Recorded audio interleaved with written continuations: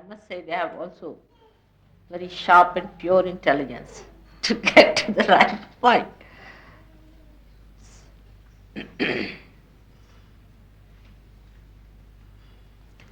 He said that at Sahasrara, the goddess incarnates as Mahamaya.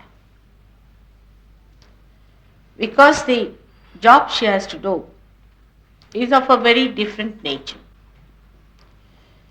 At the heart chakra, Anahata, she has to defend, defend the seekers from the clutches of the evil forces, which are also not so subtle. They are very gross, like forms, human forms. It's easy to fight and have a war with them, kill them. But at the point of Sastra, the work is very complicated. First of all, the Sahasrara of the human beings is itself a very complicated. First of all, it's not that the time is very precarious, but also every country has its own complication to add to Sahasrara. Apart from that, in Sahasrara we have got the seats of all the centers, not only the 7 centers we are dealing with. And so many nadis are worked out through Sahasrara. So the chakras where the deities have to work have to deal with much less complications than the deity at the Sahasrara, where there are so many centers and so many nadis, and it has to act on the Sahasraras of the seekers. Say for the deity at the heart or at the Vishuddhi, the people are not so complicated.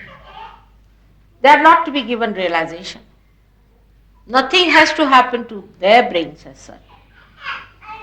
Only you have to just see that they are protected through,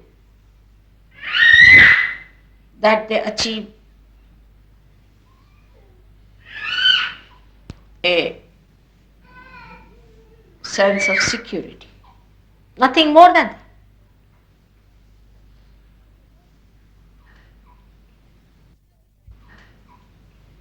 They have to feel that they are secured with God.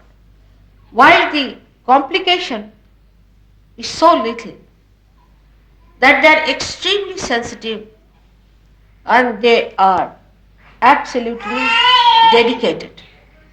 They are not to be told that you have to sacrifice. They are not to be told that you should become righteous or virtuous. They are already righteous, virtuous, and also sacrifice. No one has to tell them. But in modern times, as you see, things are much more complicated. Human beings have complicated their brains so much. Complications after complications. When I see that, I just feel that Mahamaya is the only one who can save them. Sri Krishna was also using a wee bit of it, but not in the way it is used today. one part of it is that he could appear before people, very few, only Arjuna, as the Virata. He could kill people with his Sudarshan. At the time of Christ also, Mahamaya power acted for his own life, that he was crucified and he was resurrected through Mahamaya power. Because it is miraculous. Mahamaya power is the miraculous power of God. And the miracles are created through its power before was through the deities themselves, like it worked on the deities. As Sri Rama himself turned a stone into a woman called Ahilya. He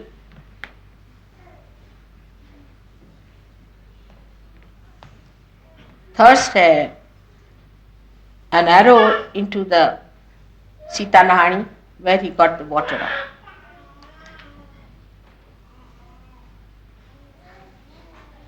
Muhammad Sahib hit a stone and got water out of it. Same with Moses, the way he created way for the people to cross over. All these miracles are done through Mahamaya power. But this power acts through these forces, through these deities. But today, it being incarnated in its full force, is acting through you, is acting towards you. It is helping you in a very big way, which I don't know if the complicated brains are aware of. So many dimensions it is working. Because first of all, we have this horrible thing called ego. That we think we know everything, as I told yesterday, the theologians I described. Many people in Sahaja Yoga also think like that, start thinking that they are something great. All that was first a gross attraction becomes very subtle attraction. They start using it. In both ways it acts. With some people it may act in a way that you want to enjoy the gain of power. Those who have missed it or those who know how to use it. There could be another type who are the ones who think they have always suffered and they are suffering now also. There can be another type of a group of people who, when they come to Sahaja Yoga, they have complications of emotions. I know of some people, I've heard, that they felt attraction for a man or a woman and they started behaving in that fashion after coming to Sahaja. Sometimes the attraction to money, attraction to greed and lust becomes subtler. So the Mahamaya, being the subtler force, is the subtlest of all, which you cannot understand and can explain through your brains at all. Acts and just stupefies. It stupefies. Unless and until that is done, they cannot stop it. They cannot cut themselves away. They, in a subtler way, they remain the same, but not aware of it. People who are miserly become miserly in a very subtle way, in a very sophisticated way, but they are miserly. Those who are dominating become dominating in a subtler way. Those who are murmuring are doing it in a subtler way. Complaining are doing in a subtler way. And that's why the Mahamaya acts. First of all, it stupefies you completely. So you realize that whatever you think or react to something, to certain situations, is a Maya, is just a hallucination created. Now, for example, we'll take the second chapter of Gita, which is written about a Sthita Pragya, the one who is a yogi, who is a sadhu.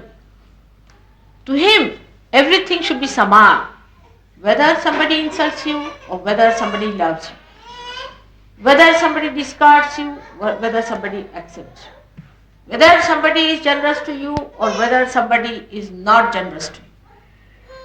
To us, Sthita Pragya makes no difference. He is above everything. He is floating in the boat of joy. Nothing can disturb such a person. That's the sign. If your joy can be disturbed by anything else, that means you are not yet a full sadhu. Now, when I see people getting involved into their backgrounds, we'll take an example of Indians, for example. It's better to talk about others. We can see the defects of others much more easily than our own. That's the human nature, I understand that.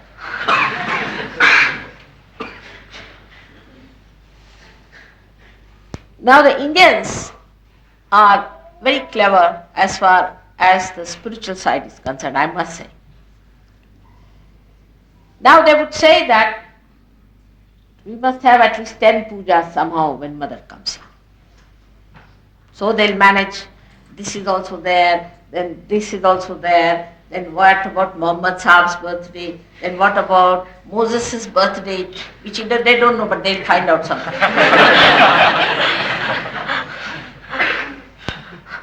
And then what about also Lao Tse's birthday, why not find it out?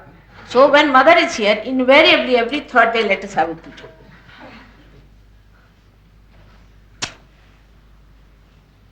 So,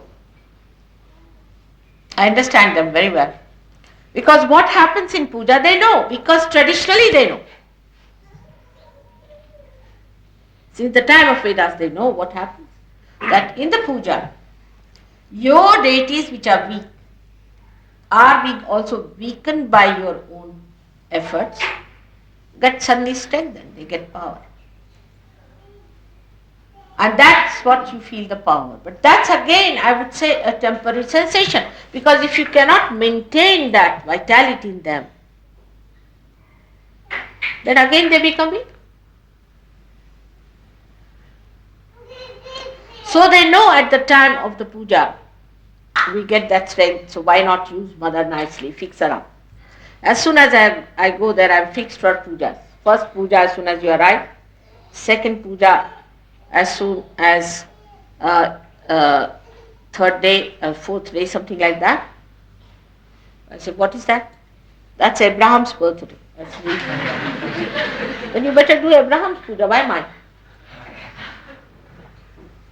Everybody is anxious to pay for the puja. Very anxious. They are quite surprised, you see.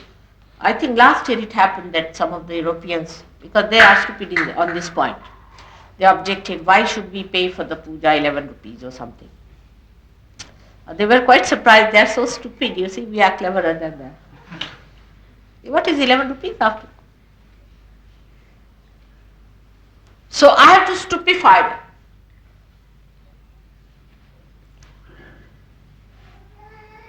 And then once they are stupefied during puja time, somehow invariably it happens that they can't do the puja. There would be an Amavasya that day, would be a day when there is no moon, or maybe there is no Venus has to be there, something wrong in the dates, or something in the Panchanga which they consult, something wrong with the hall, you just don't get it, suddenly dissolved, or something happens to the main priest who cannot come. That's what surprised. Mother, why didn't we have the puja? I said, why don't you do it yourself? Work it out. You have to deserve so many pujas the way you are fixing me up. Do you deserve that? Do you have the pitchers to fill in all the grace that I want to flow? Normally, any fake guru would love to have pujas after pujas because he doesn't have to do anything. You sit down, take all the money that comes in. Then they realize why everything has failed despite its puja day. Why? Because Mahamaya's job is somehow to manage your asset. First to cleanse you. Even cleansing is so difficult because in a country like England or America or all these places where the ego is so strong, if you tell anybody that's wrong with you, they are willing to leave Sahaja Yoga. If not Sahaja Yoga, they will say, no, mother, how can that be? I am perfectly all right, others are wrong. I am the best. So one has to cleanse the person. And how do you do it? You have to stupefy that person. And that person himself has to realize, because in these modern times you cannot tell anything to anyone directly. They think they are obliging me by being in Sahaja Yoga. They don't know what they have achieved.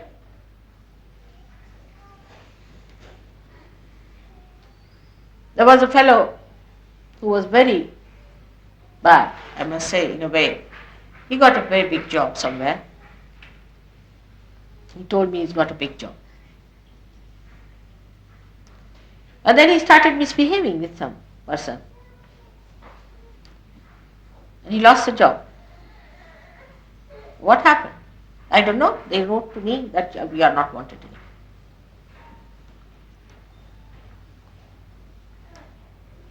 Then I had to tell there must be something negative about you. And then he confessed the thing to me. But why go this circuitous pain?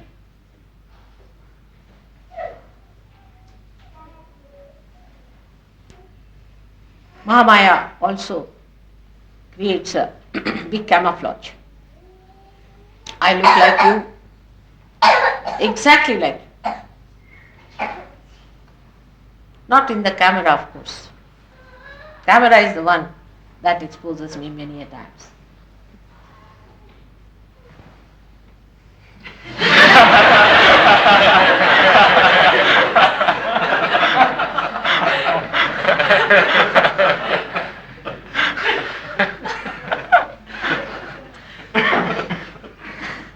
And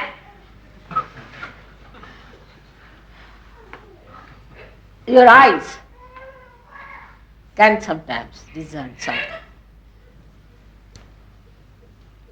You see something, but you forget what you have seen. You forget all that. That's also Mahamaya, Bhranti Rupena Samstita. That also gives you illusions. You forget all that. You forget how you got your realization. How you have been helped by Sahaja Yoga. How things worked out so well for you. Everything you forget. That is also a part of Mahamaya. Why? The reason is you are to be tested. how much you are aware. You must be tested. How far have you gone? If you can judge others, that doesn't mean that you are very high. It is your mother who has to judge you. You have to judge yourself. But if you have ideas that you can deceive Mahamaya, you cannot. But Mahamaya can deceive.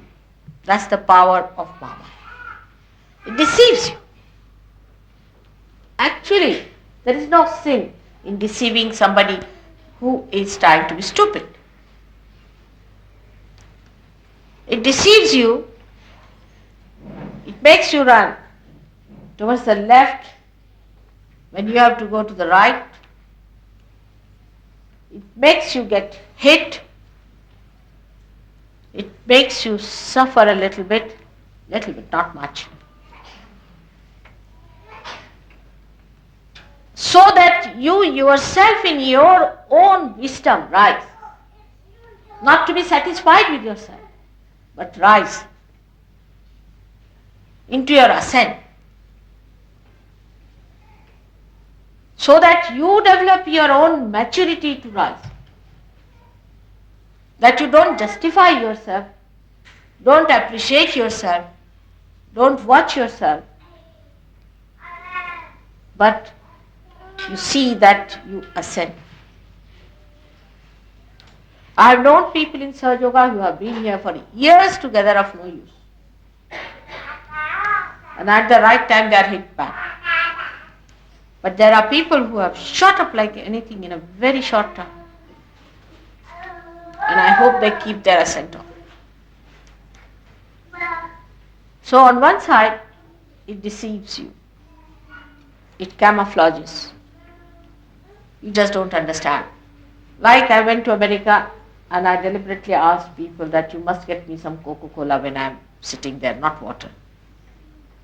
When I started drinking the Coca-Cola, you see, all the people who were there were surprised.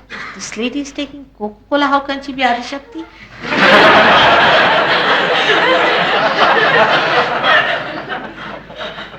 How can Adi Shakti drink Coca-Cola?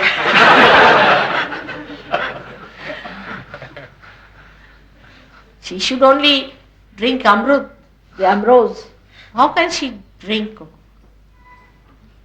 But Mahamaya can convert Coca-Cola into Amrut. Whatever she touches get transformed.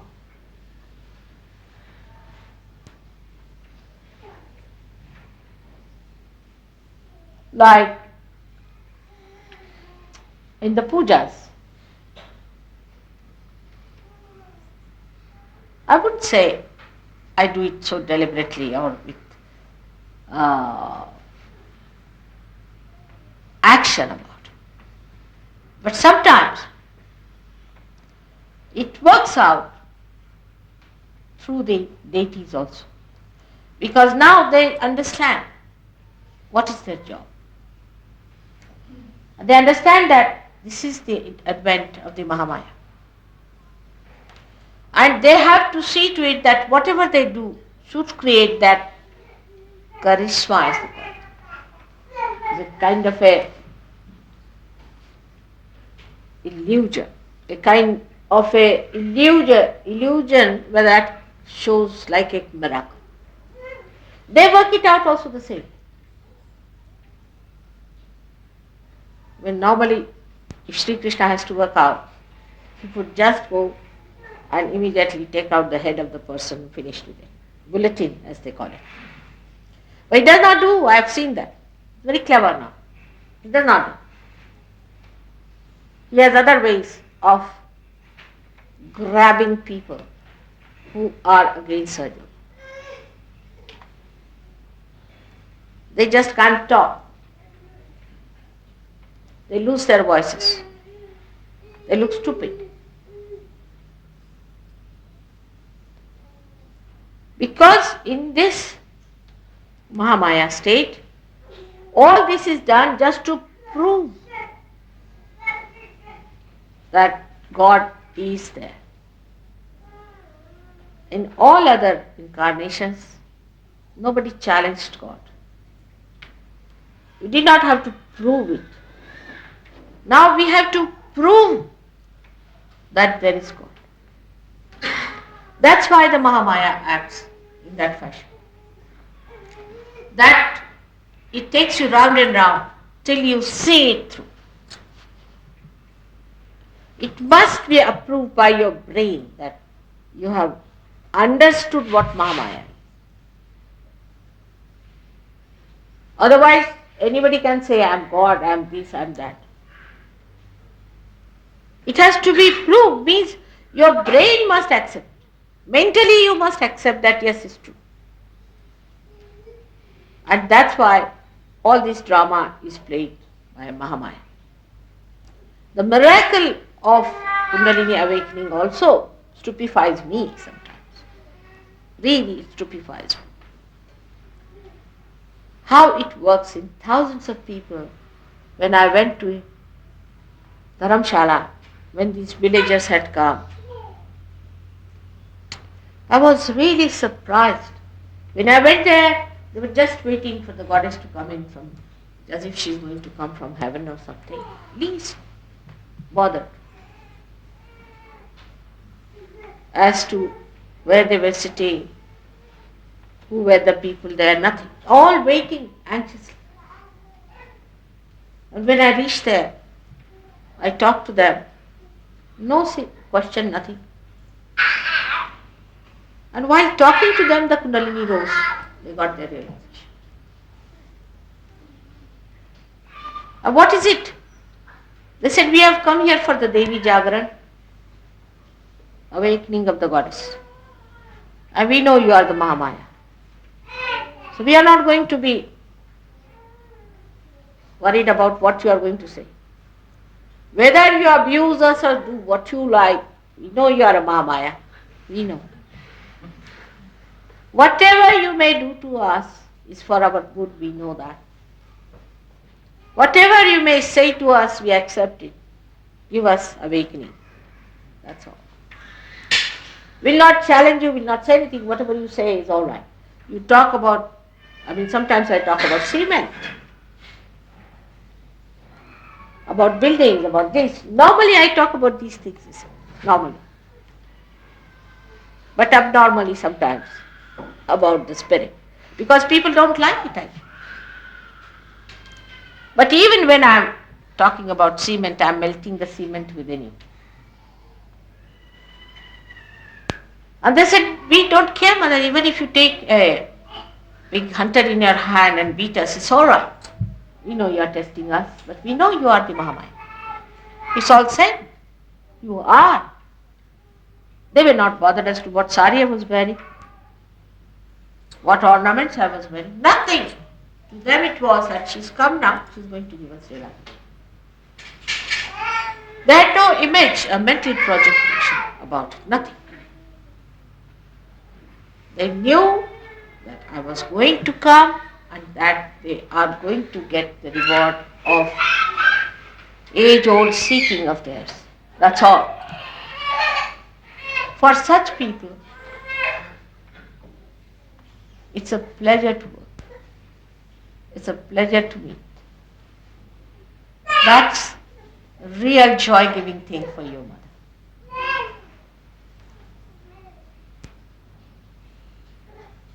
And that's what they know. That only one thing is going to give joy to our mother is our ascent.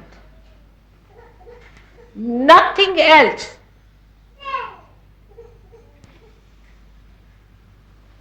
And to them they are insignificant. Except that they have to have their realization. Otherwise nothing matters. Nobody told me the problems of their family. Nothing.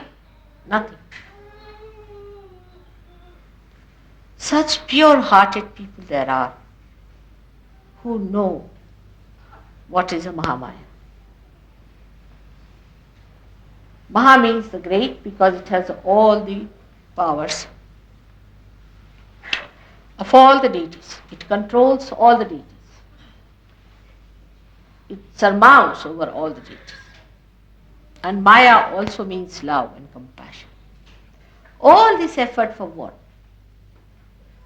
People don't understand. In the West, people don't understand. Why am I doing it? There must be some reason. It's compassion. The play of the compassion comes through the Mahamaya power. The play of the compassion.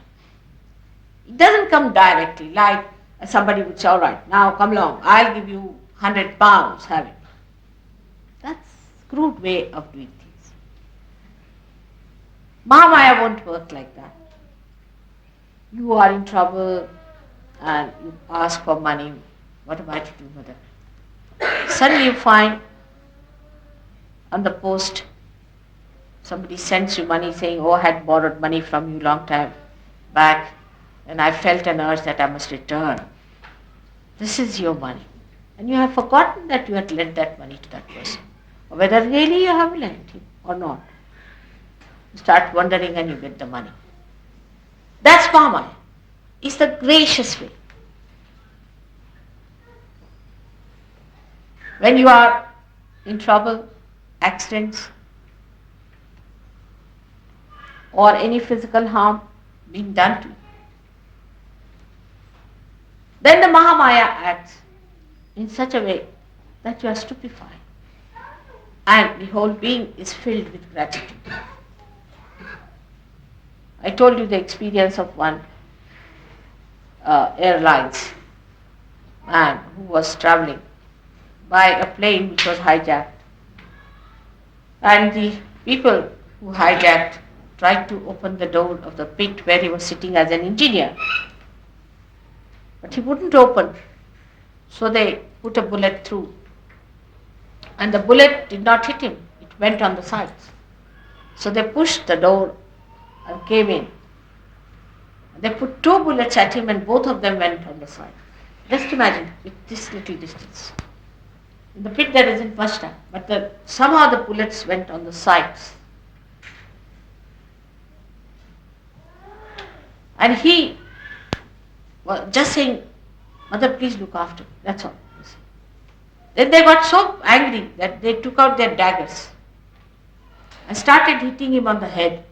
And the daggers bent. And they started looking at the dagger in his face. They said, what are you saying? He said, no, nothing. I'm just asking mother to look after me. That's all. They looked at him and then they became very friendly. Very friendly.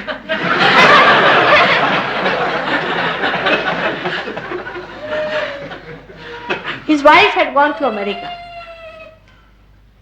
And just see, I must have given saris to most of you. So many things I must have given, I don't even remember. I had given her one sari. So when she heard about it, she said, nothing can happen to me, mother has given me the sari. She just took the sari to her heart. And she said, I know this sari is the protection for me. And nothing can happen to my husband. She didn't go back to India. She was sure he'll be all right. Because it's quite circuitous to go to Pakistan and all that. And he was all right.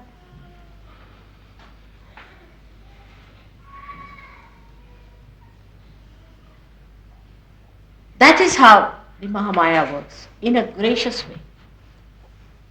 In a way that doesn't make you feel that it's so gross and direct way of doing things. It doesn't talk about it, say about it. I mean, I never want to say how much money I would have to spend or I have spent. But the Mahamaya plays on me and somehow or other exposes me to it. Even if I try to hide it, it just gets exposed. It's a good play sometimes on me of Mahamaya. How it plays on me, because the deities, you see, they also sometimes try to play tricks with me.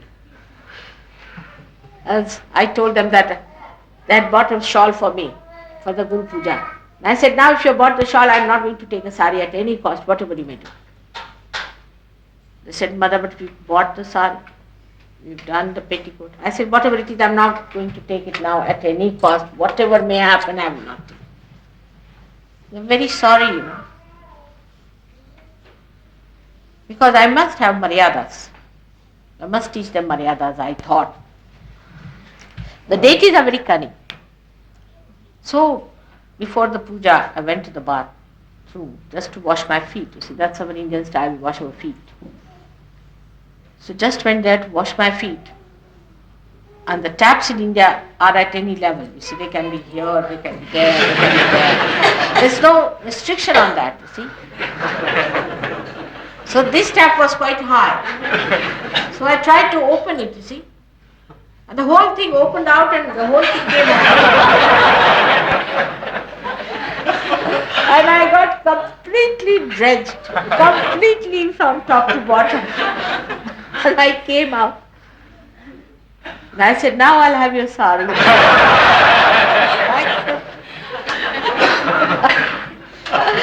And they were all very mischievously smiling, Such a beautiful feeling of love. See that I should have thought, after all, what is a sari? If they want to give me, I should have taken it. And their love was so great. What is in a price of a sari? Nothing. They see the love of these people played upon me. And the surprising thing was the sari had the color that a guru should wear. And it was so remarkable. All the time, throughout the puja, my eyes were filled with tears. Such tremendous joy. How the deities, how my children are one with each other. How they are enjoying the rapport of each other. That's the first sign of a surgeon. Is he getting related to the deities? Is he behaving in the way the deities behave? They do not question. They just love me, that's all. Just love. And in that love they play tricks on me, I know. I don't mind. All such little tricks laid on me are perfectly all right. Because they love. There are so many instances I can give you where they have expressed their sweet love for me. In the same way when I find the Sujogis. Like this time, I'm told that people had grudges that they were asked for money in India. I'm rather surprised at that, very much surprised and shocked. Because in India, every year, established Sahajogis try to donate money for all the projects they are going to have for you people. They don't need any projects. About 10 lakhs of rupees, Bombay Sahajogis have donated, and about 6 or 7 lakhs of rupees, Delhi Sahajogis have donated. Even places like Rahuri and all that have donated money for the projects they want to have for you, your children, for your retirements. And the first time in all your life in Sahajoga, the money was asked for. That too not much, 750 rupees is nothing. And people felt funny about it. I'm rather surprised that why people felt that way. When the first time, that also for your project, for your children, for your places. And they collected the money, brought it to me, out of which I bought the land for you. And the remaining money I was left with. So I said, you better put it into the Life Eternal Trust, which is now going to be completely exhausted. They said, no mother, you have no car.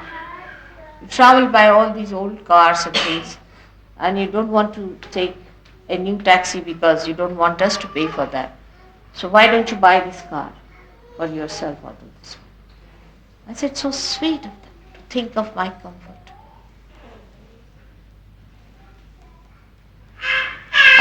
can buy a car of my own. No problem on that. By God's grace, CP has that much money to pay for a car for me. He would love to do that. But this gesture was so beautiful.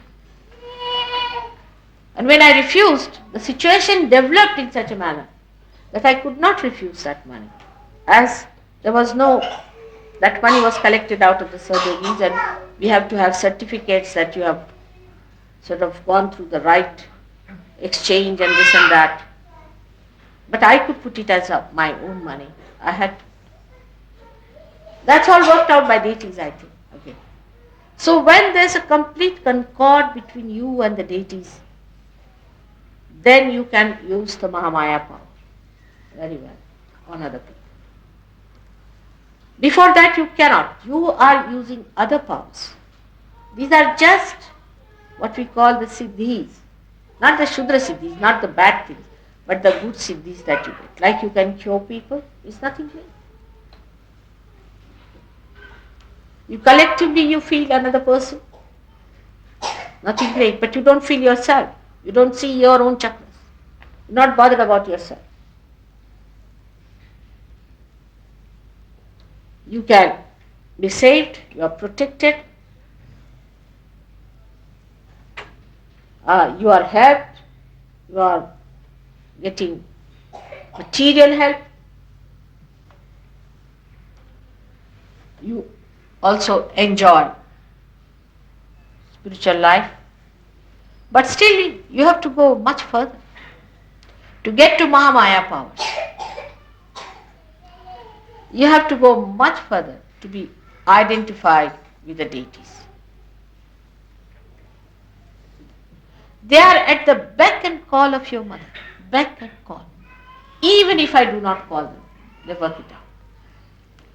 Like yesterday, I did not know there was somebody from the Archbishop of Canterbury. I did not know at all. And somebody had come there as an observer. I had no idea. Only Gavin told me. He saw him getting up. He didn't know that he was in the audience. And I really blasted him completely. That's all the work of the deities. They just turned my mind towards that. They always give me the full idea as to what sort of an audience sitting before. Complete information, a perfect information. Now a person comes and tells me about someone. That's also very common with Sir Yogis, in the West especially. They'll always tell about someone. I have not seen anyone so far coming and saying, Mother, I have got an ego, please correct it. Mother, I have got a superego, please correct it. Mother, I have got this problem, please correct it. Always, that person has this problem, that person has that problem. They see others very clearly. Because we are extroverts. And when they tell me, just paying attention to what they are telling me, not only that I find out about that person, what's wrong with that person, but also I find out what's wrong about the person about whom they are telling. How far to believe these people who are coming to tell me something. Like in India, there's one fellow who is always a murmuring soul, you see. He thinks he does a lot of things to Saj Yoga, this and that. And he formed about 5-6 people, cliques, you see, and they came to see me. Very seriously, sitting down. We have come for a very serious job. I said, what is that? So there's a certain person who is a big politician and he's just trying to mislead you. We have come to warn you about this man. You be very careful. I said, really? So just for a second, split of a second, I went through my computer, you see, to find out what this fellow is like. I said, have you told everything about him? They said, yes. Nothing more to be told? Sure. I said, nothing more. All right, I'll tell you. This man has a wife who is not his wife, has an illegitimate child. He's like this, his caste is this, his father is like this, mother like this, brother like this, and this and this and this.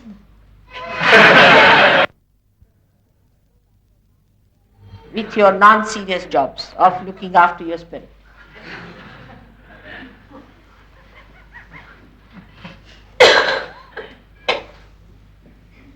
There is no need to advise me. I give you time. I talk to you. Because I love you very much. But I love you because you are seekers. Because you have to ascend. Because you are a quality. But you are not aware of your quality, then I have to try some tricks on you.